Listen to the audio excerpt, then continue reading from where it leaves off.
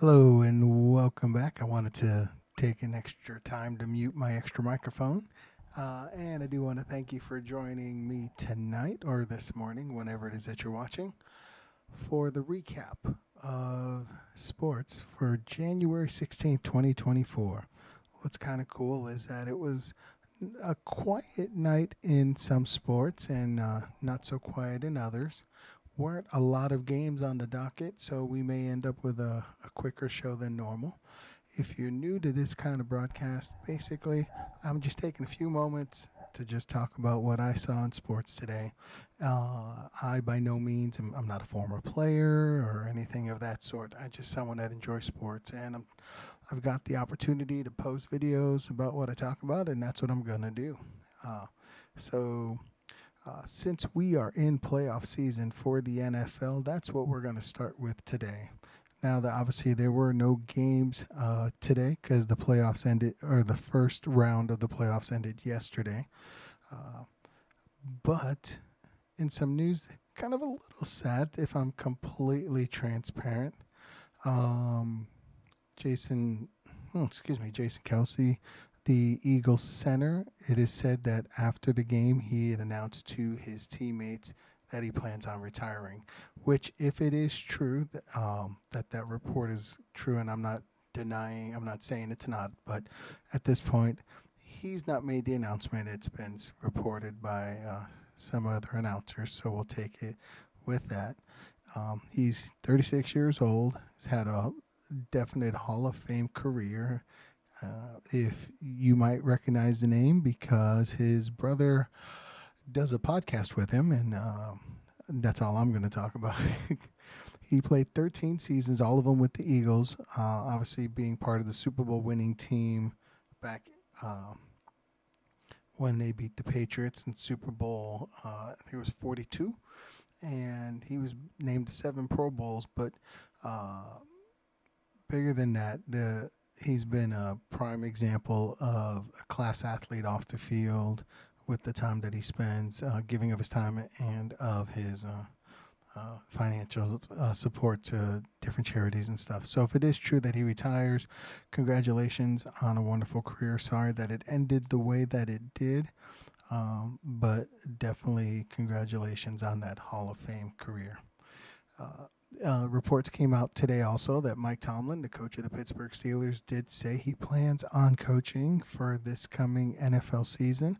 So, if you remember yesterday, we talked about at the end of the press conference, what became the end of the press conference, he was asked about his contract for the next season, and before I guess the question was even asked, he walked out. So today, he came out and stated he does plan on finishing up his contract his last year left. Um, that's your NFL news that I have, other than Jim Harbaugh, the Michigan coach that just led his college team to a national championship, did apparently interview today with the Atlanta Falcons the day after former New England Patriots football coach Bill Belichick coached them. It'll be really interesting what Coach Harbaugh plans on doing. There's a lot of different rumors going back and forth about what he plans to do, so I'm kind of a little intrigued to see what happens. Obviously, built a great tradition there in Michigan, and despite the allegations of cheating, which if you want to do more research on that, feel free. It just seems like it seems so controversial, and I don't feel like trying to open that can of worms. But with all that going on, maybe he will take the chance of finishing what he started in the NFL. If you may remember, he did coach the San Francisco 49ers, got them to a Super Bowl against his brother John, who coached the Baltimore Ravens, and they had a good Super Bowl game there. He's had a couple NFC title game runs. You remember he had one against the Seattle Seahawks before they went on to win the Super Bowl. So maybe he'll take that chance of joining, but again, interviewing with the Falcons. Um, Next up, it's time to talk our next favorite sport, the NBA. So, if you are an NBA fan, and sorry, I'm going to adjust that real quick, it kind of came loose. There was a lot of games. Okay, I'm kidding. There were 3 games on the docket, and all of them were playoff type games. Although this first one would have been the possible NBA Finals. It was the 76ers at home playing the Denver Nuggets, battle of the last 3 MVPs. Joel Embiid, last year's MVP, and Nikola Jokic, the previous 2 seasons MVP. Uh, Final score was 126 to 121. The 76ers pull out the win against the Nuggets. They increased their record or improved their record to 16-6 at home. Philadelphia was led by 41 points from Joel Embiid. Not only that, he had 10 assists and 7 rebounds, 3 rebounds shy of a triple-double for Embiid, who's honestly looking like he wants to repeat and not only get the MVP for the regular season the second time in a row, but also possibly get his team further than the second round. That could be an incredible series if they and Boston meet to decide who goes to the finals. That's Boston right now is predicted to be the favorite, but it's still early in the season, so we can see. Tyrese Maxey chipped in 25 with 9 assists. Tobias Harris 24 points to help Philadelphia. For the Denver Nuggets, all 5 starters were in double figures. In fact, they played 9 players, and 7 of them got double figures. Led by Nikola Jokic, 25 points, an amazing 19 rebounds, 11 of them offensive. But he only had 3 assists. Usually he's a lot closer, higher up on that. Michael Porter Jr. Chipped in 20, and Jamal Murray 17 with 10 assists. But again, big win for the 76ers, 126-121. In the next playoff type game, the Suns complete a 22-point comeback against the Kings, win 119-117. Phoenix was led by Kevin Durant's, take that back, Grayson Allen's 29 points. Big game for him, and he was plus 21 on the day. Kevin Durant, 27 points. Yusuf Nurkic had 10 points, but he had 15 rebounds, and Devin Booker, with his 16 points, provided 11 assists. For the Sacramento Kings, De'Aaron Fox, 33 points, and Domantas Sabonis had 21 points, 12 rebounds, 11 assists for another triple-double for him, but it wasn't enough. Again, the Phoenix Suns completing the comeback, 119-117. And then the last one, the Clippers continue their hot ways with a 128-117 win over the young Oklahoma City Thunder. Clippers are 17-4 at home. Clippers were led by 38 points from Paul George, 38, 7 rebounds, 5 assists, 3 steals for Paul George. Kawhi Leonard and James Harden both chipped in 16 points. Great game from them. For Oklahoma City, Jalen Williams provided 25 points on 7 assists.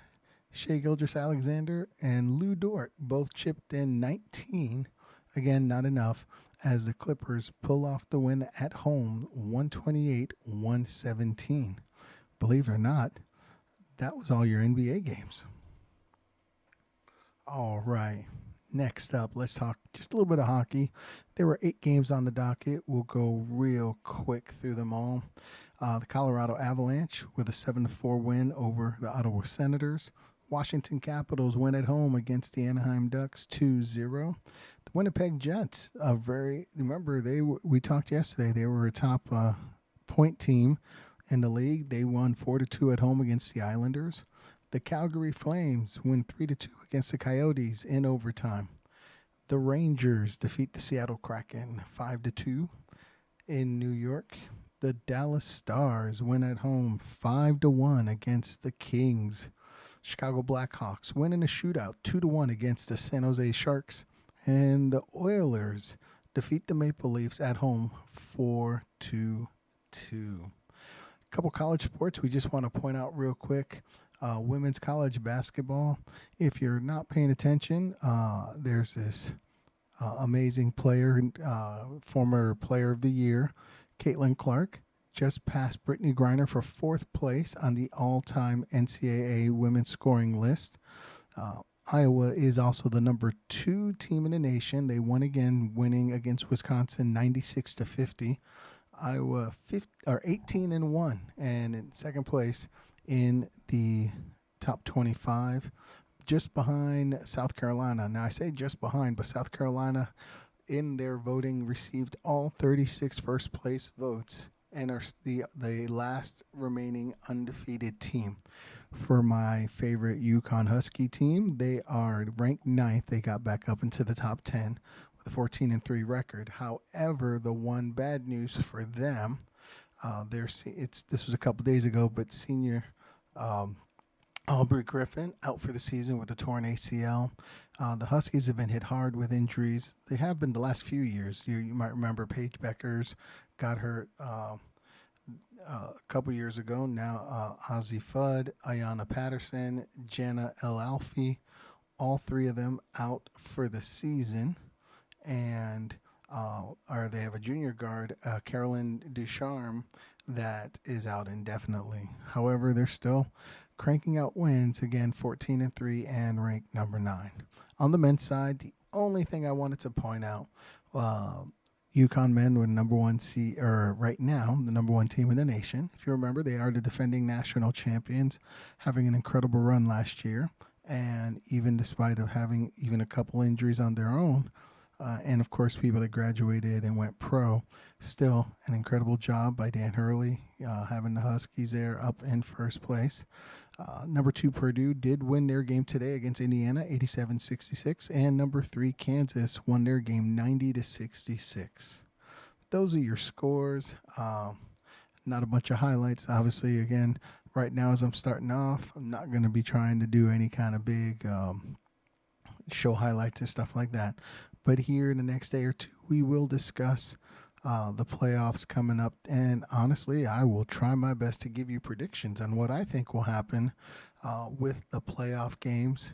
Take a chance. Why not make my first ever predictions on a recorded broadcast? But until then, I do want to take the chance to thank you. If you've watched this video, thank you for joining me. And hopefully gave you a quick water cooler fill about everything that happened. Thanks so much. Have a great night.